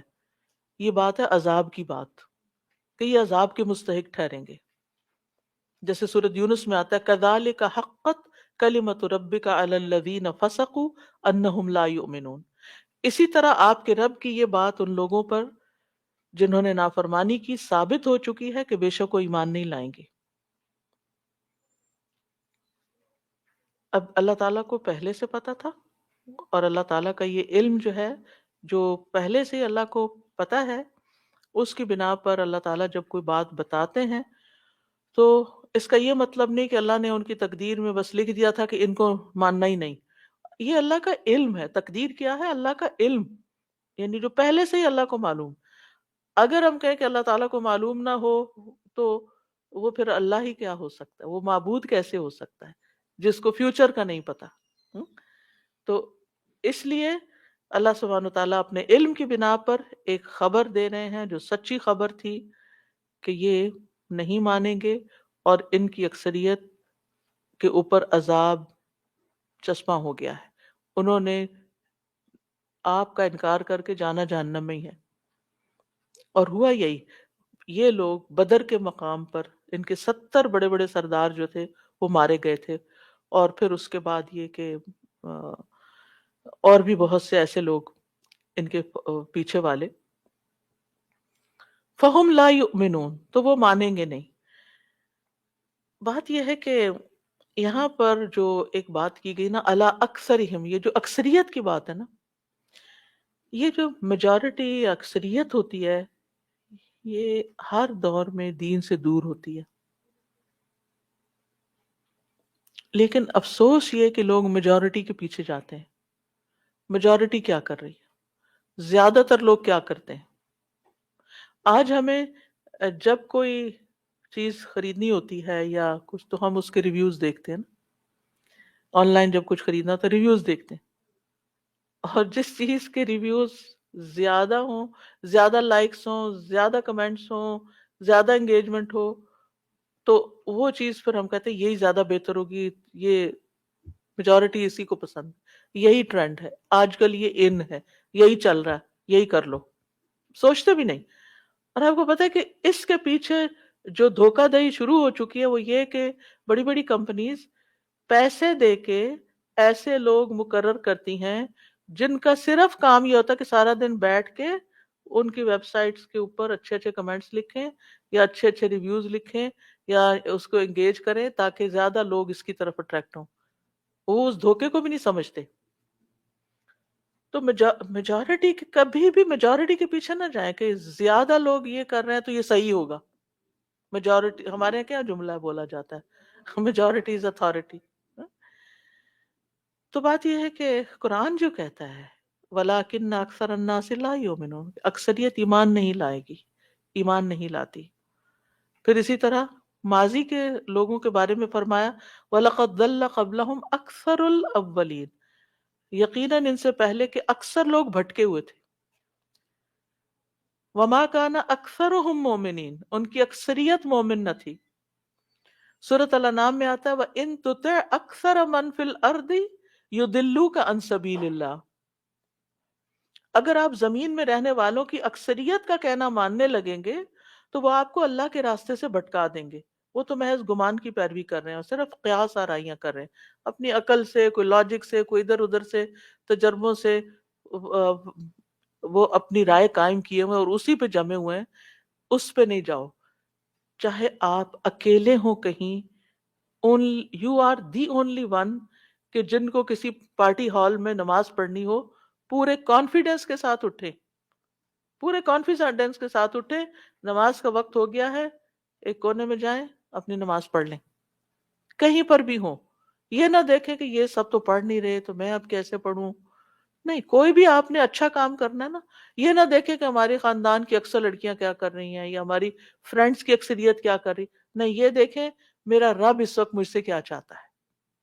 آپ کی نجات، آپ کی کامیابی اسی میں ہے کہ اکثریت کو نہیں دیکھنا، اپنے فیوچر کو دیکھنا ہے، میرا فائدہ کس میں ہے اور میرے رب کی رضا کس میں ہے۔ اچھا، پھر آگے وجہ بھی بتا دی، کیا وجہ ہے کہ اکثریت ایمان کیوں نہیں لا رہی اور ان اربوں کا کیا مسئلہ ہے۔ نیکسٹ آیا إنا جعلنا في أعناقهم أغلالا فهي إلى الأذقان فهم يقمحون بے شک ہم نے ان کی گردنوں میں توق ڈال دی ہیں تو وہ ٹھوڑیوں تک جکڑے ہوئے ہیں، بس وہ سر اوپر کو اٹھائے ہوئے ہیں۔ یعنی اس آیت میں ایمان نہ لانے والوں کے کفر پر اصرار کرنے اور اڑے رہنے کی ایک تصویر کشی کی گئی ہے۔ کیا ہے کہ ان کی گردنوں میں توق ہے۔ توق وہ پرانے زمانے میں قیدیوں کو سزا دینے کے لیے گردن کے اندر ایسا کڑا ڈال دیا جاتا تھا جس سے گردن نہیں ہلتی تھی، وہ اوپر ہی اٹھا رکھتے تھے۔ اب دیکھیں کہ اگر تھوڑی دیر بھی ہم صرف سر اوپر اٹھا رہے تو گردن بہت تھک جاتی، تو یہ سزا کی بڑی ورسٹ قسم تھی۔ لیکن یہاں گردن اکڑا کے رکھنا اور سر اوپر کر کے رکھنا، یہ کس چیز کی علامت ہے؟ تکبر کی، تکبر کی۔ تو یہاں یہ بتایا گیا کہ یہ اپنے تکبر کی وجہ سے نہ ادھر دیکھتے ہیں نہ ادھر، نہ دائیں دیکھتے ہیں نہ بائیں، بس اپنے خیال میں ہی فکس ہیں، بس ایک ہی بات جو ان کے ذہن میں انکار کیا وہی ہے، مانتے کچھ نہیں۔ اور یہ جو اغلال کا لفظ ہے نا، غل کی جمع ہے، غل۔ اور غل عربی میں اس بیڑی کو بھی کہتے ہیں، یعنی جو زنجیر سی ہوتی ہے جس کے ساتھ ہاتھ کو گردن سے ملا کے باندھ دیا جاتا ہے۔ اور اذقان زقن، یہ منہ کا نچلا حصہ، اس کے لیے آتا ہے۔ اور مقمحون کا لفظ جو ہے قمح سے ہے۔ قمح کہتے ہیں ویٹ کو، گیہوں جو پکنے سے لے کے سٹور کرنے تک بالی کے اندر ہی رہتا ہے، اس کو کہتے ہیں۔ بالی سے نکل آتا ہے وہ نہیں، جو دانے کے اندر رہتا ہے نا، اس چھلکے کے اندر رہتا ہے۔ اس گیہوں سے جو ستو بنایا جاتا ہے اس کو قمیحہ کہتے ہیں۔ کیوں؟ اس لیے کہ جب اس کو پھانکنا ہوتا ہے نا تو کیا کرتے ہیں؟ منہ اوپر کرتے ہیں، تو یہ اس کی مماثلت ہے۔ ٹھیک ہے، تو یہاں کفار کے تکبر کی مثال بیان کی گئی کہ ان کے سر بس اٹھے ہیں، اپنے آپ کو بڑا سمجھتے ہیں، ان کے دماغ میں کچھ بھرا ہوا ہے، وہ بڑا ہی سمجھتے ہیں، نہ وہ جھکتے ہیں، نہ وہ سنتے ہیں، نہ وہ دیکھتے ہیں، آنکھیں بند کی ہوئی ہیں، اور وہ صرف اپنے آباء و اجداد کے طریقوں پر چلنے والے ہیں۔ تو اس لیے دنیا میں ان کی یہ حالت ہے۔ سورۃ غافر میں ان کے آخرت کا انجام بھی اسی کے مطابق بتایا گیا۔ قرآن مجید جب آپ پڑھتے ہیں تو آپ دیکھتے ہیں کہ بہت ساری سزائیں جو قرآن میں بتائی جاتی ہیں وہ لوگوں کے اعمال کے مطابق ہی ہوتی ہیں، یعنی جیسے دنیا میں وہ کر رہے ہیں نا، اسی قسم کی ملتی جلتی سزا ان کو آخرت میں ملے گی۔ مثلاً جو غیبت کر کے دوسروں کی عزت اچھالتے ہیں، ان کو کیا کیا جائے گا؟ ان کے ناخن تانبے کے ہوں گے تو اپنے منہ اور سینے کو نوچیں گے، کیونکہ انہوں نے دوسروں کی شکل بگاڑی تو وہ اپنی شکل بگاڑیں گے۔ اور اسی طرح بہت سے مثالیں ہیں۔ قرآن مجید میں آتا ہے سورۃ غافر میں، اذ الاغلال فی اعناقہم والسلاسل یسحبون، جب ان کی گردنوں میں توق اور زنجیریں ہوں گی جن سے وہ گھسیٹے جائیں گے کھولتے پانی میں، پھر وہ آگ میں جھونکے جائیں گے۔ تو مطلب یہ ہے کہ ان کا غرور اور تکبر ان کے راستے کی بیڑی بن گیا ہے، زنجیر بن گیا ہے، ان کے گلے کا توق بن گیا ہے۔ اب وہ آپ کی بات سننے کو تیار نہیں ہے۔ نیکسٹ آیا، وَجَعَلْنَا مِن بَيْنِ أَيْدِيهِمْ سَدًّا وَمِنْ خَلْفِهِمْ سَدًّا فَأَغْشَيْنَاهُمْ فَهُمْ لَا يُبْصِرُونَ۔ اور ہم نے ان کے سامنے سے ایک دیوار اور ان کے پیچھے سے ایک دیوار بنا دی، پھر ہم نے انہیں ڈھانک دیا، بس وہ دیکھ نہیں پاتے۔ یہ پچھلی بات کی مزید وضاحت ہے، یعنی آگے دیوار ہے، پیچھے بھی دیوار ہے، اوپر سے بھی کورڈ ہے۔ جیسے آپ لفٹ میں جاتے ہیں تو اس میں کیا ہوتا ہے کہ آگے پیچھے اوپر سے بند، چھوٹے سے کمرے میں آپ بند ہو جاتے ہیں، آپ کو باہر کی نہ روشنی آتی ہے، نہ ہوا آتی ہے، نہ کوئی آواز آتی ہے، آپ اس کے اندر ہی بس اس چھوٹے سے کیوبیکل میں بند ہو جاتے ہیں۔ تو کچھ لوگ اسی طرح دنیا میں باکس میں بند رہتے ہیں، آؤٹ آف باکس نہیں سوچتے، اور نہ وہ اپنے فیوچر کو دیکھتے ہیں کہ جو کچھ آج ہم کر رہے ہیں اس کا کل کیا نتیجہ نکلنے والا ہے، نہ وہ پاسٹ سے کوئی مثال اپنے کوئی سبق سیکھتے ہیں، ماضی سے بھی کوئی سبق نہیں سیکھتے، نہ اپنی غلطیوں سے نہ کسی اور طرح سے. اور پھر یہ ہے کہ ان کو دکھائی بھی کچھ نہیں دیتا کیونکہ دل جو اندھے ہیں، نہ آگے سے کچھ دیکھتے ہیں اور نہ پیچھے سے کوئی ان کو سمجھ، اور اوپر سے بھی کچھ نہیں، یعنی اللہ تعالیٰ کے ساتھ بھی کوئی کنیکشن نہیں ہے. بس اپنی دنیا میں بند، اپنی دنیا میں کھوئے ہوئے ہیں، اپنے ہی حال پہ خوش ہیں، جو کر رہے ہیں بس اسی کے اندر لگے ہوئے ہیں. اور جب کسی انسان کا یہ رویہ ہوتا ہے تو پھر وہ حق کو قبول نہیں کرتا. یعنی جو شخص صرف دنیا ہی دنیا دیکھ رہا ہو اپنے آگے، اور اس سے پیچھے دنیا ایک دیوار ہے ان کے لیے، اس سے پیچھے جو آخرت ہے اس کو نہ دیکھے، اس کی فکر نہ کرے، پھر اس کا یہی حال ہوتا ہے. یعنی دنیا ان کے لیے اتنی خوبصورت بنا دی گئی ہے کہ وہ دنیا کی لذتوں سے باہر ہی نہیں نکلتے، اس سے باہر سوچتے ہی نہیں کہ کبھی مرنا بھی ہے اور اللہ کو جواب بھی دینا ہے. اور اسی طرح جو پچھلی قوموں کا انجام ہوا، ان پہ عذاب آیا، اس سے بھی سبق نہیں لیتے، کوئی نصیحت حاصل نہیں کرتے، نہ آخرت کی کوئی فکر ہے اور نہ ہی انہیں کسی طرح کی ہدایت کی کوئی فکر ہے. فَأَغْشَيْنَاهُمْ فَهُمْ لَا يُبْصِرُونَ، ہم نے ان کی آنکھوں کو ڈھانپ دیا ہے اور ان کو اوپر سے بھی ڈھانپ دیا ہے، یعنی دلوں پہ بھی، کانوں پہ بھی بوجھ ہے، آنکھوں پہ پردہ ہے، اور دلوں پہ بھی مہر ہے، کان، دل، آنکھیں سب کے سب بند ہیں، اس لیے وہ دیکھیں گے نہیں. ایک روایت میں اس کو آشیناہم بھی پڑھا گیا ہے، جس کا مطلب آنکھوں کی بیماری ہوتی ہے، یعنی کہ انسان دیکھ نہیں پاتا پراپر، تو یعنی ان کو، یعنی وہ دیکھنے کے قابل نہیں ہے. اور ان کو یہ کہا گیا کہ ہم نے ان کو ڈھانپ دیا. یہ وہی مضمون ہے جو سورۃ البقرہ کے شروع میں آتا ہے نا، ان الذین کفروا سواء علیہم انذرتہم ام لم تنذرہم لا یؤمنون ختم اللہ علی قلوبہم وعلی سمعہم، اللہ نے مہر لگا دی ان کے دلوں پر، ان کے کانوں پر، ان کی آنکھوں پہ پردہ ہے. یہ وہی کیفیت یہاں بیان ہوئی ہے. کیوں اللہ سبحانہ وتعالیٰ نے ایسا کیوں کیا؟ اللہ سبحانہ وتعالیٰ اس کی وجہ بتاتے ہیں. سورۃ النساء میں آتا ہے بل طبع اللہ علیہا بکفرہم، بلکہ اللہ نے ان کے کفر کی وجہ سے ان کے دلوں پہ مہر لگا دی. ایک اور جگہ پر آتا ہے منافقون سورت میں، ذالک بانہم آمنوا ثم کفروا فتبع علی قلوبہم، یہ اس لیے کہ وہ ایمان لائے پھر انہوں نے کفر کیا تو اللہ نے ان کے دلوں پہ مہر لگا دی. سورۃ الصف میں آتا فلما زاغوا ازاغ اللہ قلوبہم، جب وہ خود ٹیڑھے ہوئے تو اللہ نے ان کے دل ٹیڑھے کر دیے. یعنی جب انسان سیدھے راستے پہ نہیں چلنا چاہتا تو جدھر جانا چاہتا ہے پھر اس کو ادھر ہی موڑ دیا جاتا ہے. ہدایت اس کو ملتی ہے جو ہدایت کا طالب ہوتا ہے، جو اللہ کی طرف رجوع کرتا ہے، جو اس کے لیے کوشش کرتا ہے، تو اللہ تعالیٰ اس کے لیے ہدایت کا راستہ کھول دیتے ہیں. والذین جاہدوا فینا لنہدینہم سبلنا، وہ لوگ جو ہمارے راستے میں بھاگ دوڑ کرتے ہیں ہم ان کو اپنا راستہ ضرور دکھاتے ہیں. محنت اور کوشش شرط ہے. بس نیکسٹ اور آخری آیت میں یہاں پر 2 آیتیں اور کروں گی مختصر جلدی سے، پھر انشاءاللہ. جی نیکسٹ آیت 10 نمبر.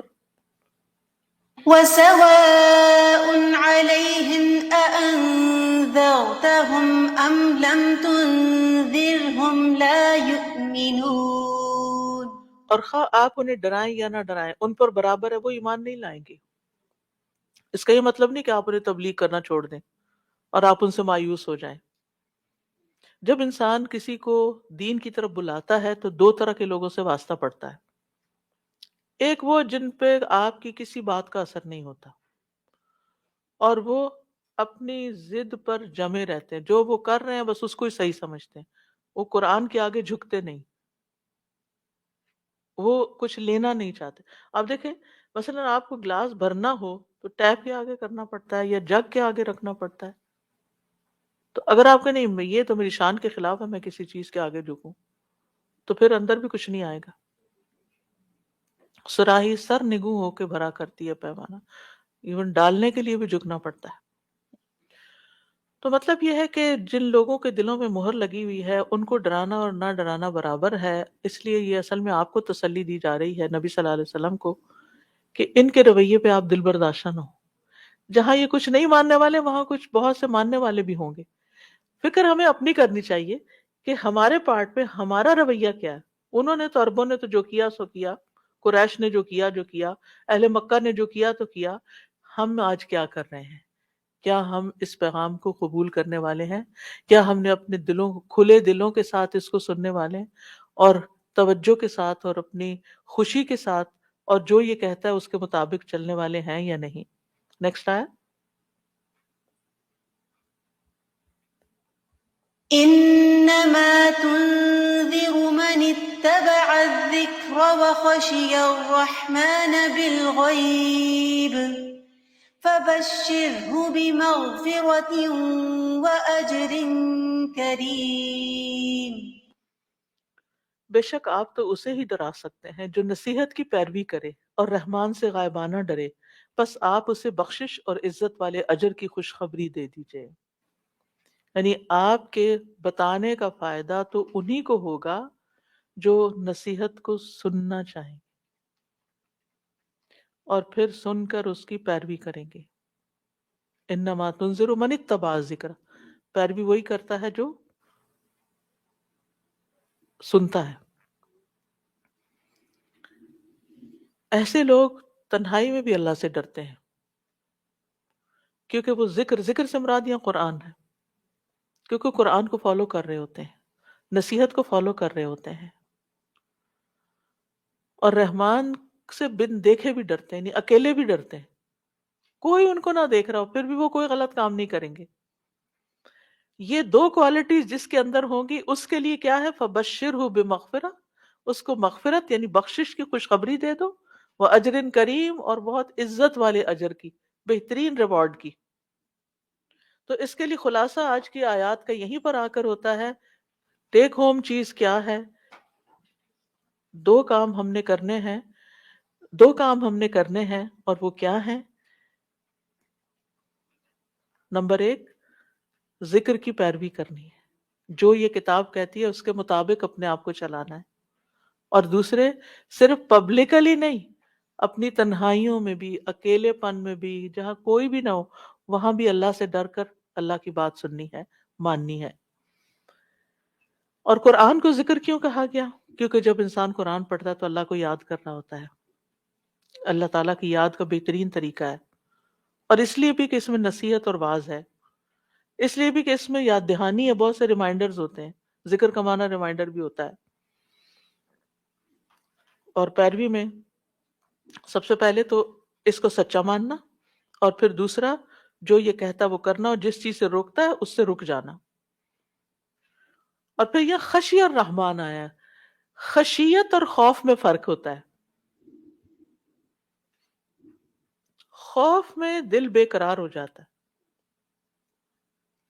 خشیت جو ہے یہ خاص چیز ہے، یہ اللہ کی پہچان کے ساتھ آتی ہے. خوف آپ شیر، بچھو، سانپ، ان چیزوں سے بھی، کئی لوگ اندھیرے سے خوف کھاتے ہیں، ڈفرینٹ فوبیاز ہوتے ہیں ان کو. لیکن خشیت جو ہوتی ہے وہ علم والوں کے اندر ہوتی ہے. یعنی جب آپ اللہ تعالیٰ کو پہچان لیتے ہیں، اللہ کے کلام کو سمجھتے ہیں، اس کے بعد جب آپ اللہ سے ڈرتے ہیں، وہ خشیت ہوتی ہے. انما یخشی اللہ من عبادہ العلماء. ابن قدامہ کہتے ہیں کہ ایک عام لوگوں کا خوف ہوتا ہے اور ایک خاص لوگوں کا خوف ہوتا ہے. عام لوگوں کا خوف کیا کہ وہ اللہ کے عذاب سے ڈرتے ہیں. جنت جہنم کی بات پڑھی تو ان کے اندر ایک خوف آتا ہے. اور جو خاص لوگوں کا خوف ہوتا ہے، خشیت جو ہوتی ہے، وہ کیا ہوتی ہے کہ وہ جب اللہ تعالیٰ کو پہچان لیتے ہیں نا، اللہ کی عظمت کو جان لیتے ہیں، اللہ کو بڑا جان لیتے ہیں، پھر ان کے دل کے اندر جو ڈر آتا ہے کہ نہیں، میں اللہ کی بات کو نہیں روک سکتی، اس کا انکار نہیں کر سکتی، مجھے وہی کرنا ہے جو اللہ چاہتا ہے مجھ سے. اور یہ صرف اس کے اندر آتا ہے جو اللہ تعالیٰ کو پہچانتا ہے. آپ جتنا زیادہ اللہ کو جانیں گے قرآن کے تھرو، اللہ تعالیٰ کے ناموں کے تھرو، اتنا زیادہ آپ کے اندر خشیت آتی جائے گی. اور بالغیب کا مطلب ہے غائبانہ، دیکھا نہیں اللہ کو. اور پھر یہ ہے کہ انسان جو ہے اللہ کا محبوب انسان وہی ہوتا ہے جو جب کوئی کام کرتا ہے تو وہ یہ نہیں دیکھتا کہ لوگ مجھے دیکھ رہے ہیں کہ نہیں، یہ کیا کہیں گے. وہ اس کے دل میں یہ آتا ہے کہ میرا رب کیا کہے گا، وہ مجھے دیکھ رہا ہے. اور وہ ہر جگہ دیکھتا ہے نا. اور حسن بصری کہتے ہیں مومن نیک اعمال کرتا ہے لیکن اس کے باوجود وہ ڈرا ہوا ہوتا ہے، گھبرایا ہوا ہوتا ہے، خوف زدہ ہوتا ہے، جبکہ فاجر نافرمانی کر کے بھی بے خوف ہوتا ہے، اللہ کی نافرمانی بھی کرتا ہے، ڈر بھی کوئی نہیں ہوتا۔ حسن بصری کہتے ہیں کہ کچھ لوگ ایسے ہیں جنہوں نے نیک اعمال کیے اور ان میں محنت بھی کی، لیکن پھر بھی ڈرتے تھے کہ کہیں ہمارے اعمال ریجیکٹ نہ کر دیے جائیں۔ تو مومن کے اندر ایمان بھی ہوتا ہے، امید بھی ہوتی ہے، خوف بھی ہوتا ہے، یعنی امید بھی ہوتی ہے اور خوف بھی ہوتا ہے، جبکہ منافق بد عمل بھی ہوتا ہے اور بے خوف بھی ہوتا ہے۔ بہرحال جن کے اندر یہ دو کوالٹیز ہوں گی کہ جو نصیحت کی پیروی کریں گے، فالو کریں گے، اس کو جانیں گے اور اس کو مانیں گے، اور جو رحمان رحم فرمانے والا نا، وہ رحم فرما رہے پھر بھی ڈرتے ہیں، اور جو رحمان سے ڈرتے ہیں غائبانہ طور پر، ان کے لیے بخشش بھی ہے اور بہت عزت والا اجر بھی ہے۔ یعنی اللہ سے ڈرنے والوں کا بہترین اجر ہے، بہترین مقام ہے، اور اللہ سے ڈرنے والے جو ہیں قیامت کے دن عرش کے سائے تلے ہوں گے۔ اور ہمیں اللہ کی خشیت کا سوال بھی کرنا چاہیے، وہ دعا ہے نا، اللہم اقسم لنا من خشیتک ما تحول به بیننا و بین معصیتک۔ اے اللہ ہمیں ہمارے اندر ایسا خوف ڈال کہ جو ہمارے اور ہمارے گناہوں کے بیچ میں حائل ہو جائے، کہ گناہ سامنے ہو ہم اس سے پیچھے ہٹ جائیں گے، ہم نے نہیں کرنا کیونکہ ہم اللہ سے ڈرتے ہیں۔ تو آج کے لیے اتنا ہی کافی ہے، کافی ٹائم ہو گیا، پہلا دن تھا اور آپ کو بہت لمبا بٹھایا، لیکن یہ ہے کہ انشاءاللہ نیکسٹ آیت جو ہے نا وہ ذرا تھوڑا ٹائم مانگتی ہے، تو انشاءاللہ سیٹرڈے کو کریں گے۔ بہت ہی امپورٹنٹ آیت ہے کہ انسان کے اعمال کتنی قسم کے ہیں اور ان اعمال سے کس طرح انسان کو فائدہ پہنچتا ہے اور کیسے نقصان ہوتا ہے۔ اللہ تعالیٰ آپ سب کا آنا بیٹھنا، یہ وقت لگانا قبول کرے، اور ہم سب کے لیے اس کو بخشش اور نجات کا ذریعہ بنائے، اور ہمارے دلوں میں اس قرآن کی ایسی محبت ہو کہ ہم اس کو کبھی نہ چھوڑیں، اور یہ دنیا میں اور قبر میں اور آخرت میں ہمارا ساتھی ہو۔ تو میں آپ سب کو دعوت دیتی ہوں کہ نیکسٹ ویک بھی سیٹرڈے سنڈے اپنے لیے ٹائم نکالیے اور ضرور اس سورت کا مطالعہ کیجیے۔ وآخر دعوانا ان الحمد للہ رب العالمین۔ سبحانک اللہم و بحمدک، اشہد ان لا الہ الا انت، استغفرک و اتوب الیک۔ السلام علیکم ورحمۃ اللہ وبرکاتہ۔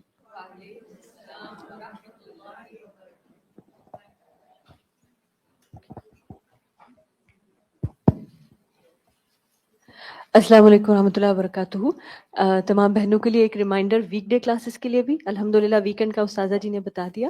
ویک ڈیز میں ٹیوزڈے، وینسڈے اور تھرسڈے یہاں پر لائیو کلاسز ہوتی ہیں۔ ٹیوزڈے اور وینسڈے آج کل ہم سورۃ الاعراف کی تفسیر پڑھ رہے ہیں، اور تھرسڈے کو فقہ القلوب ایک کلاس ہے، وہ بھی الحمدللہ قرآن کریم کی تفسیر ہی کے انداز میں ہے، ایک نسبتاً ایڈوانسڈ ہے لیکن انشاءاللہ بہت عام فہم انداز سے سکھائی گئی ہے۔ تو 1 to 2:15 اب نئے ونٹر ٹائمنگز آج سے افیکٹ لے رہے ہیں، تو انشاءاللہ آپ میں سے جو بہنیں اس میں آنا چاہیں ایز اے لسنر بھی آ سکتے ہیں، صرف 1.25 گھنٹے کی کلاس۔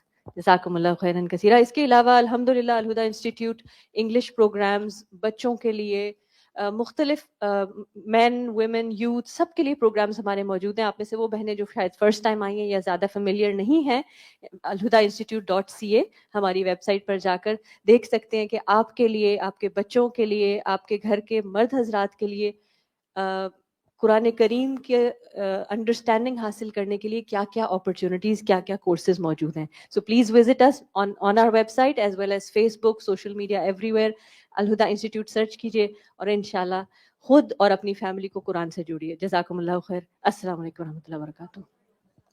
السلام علیکم ورحمۃ اللہ وبرکاتہ۔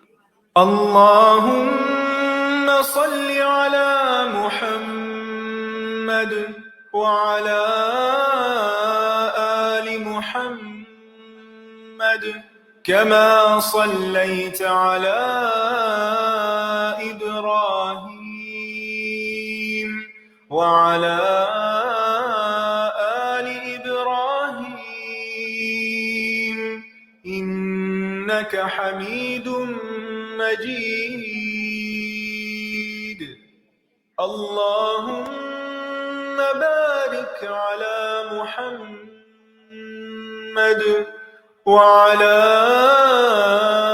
آل محمد محمد كما باركت على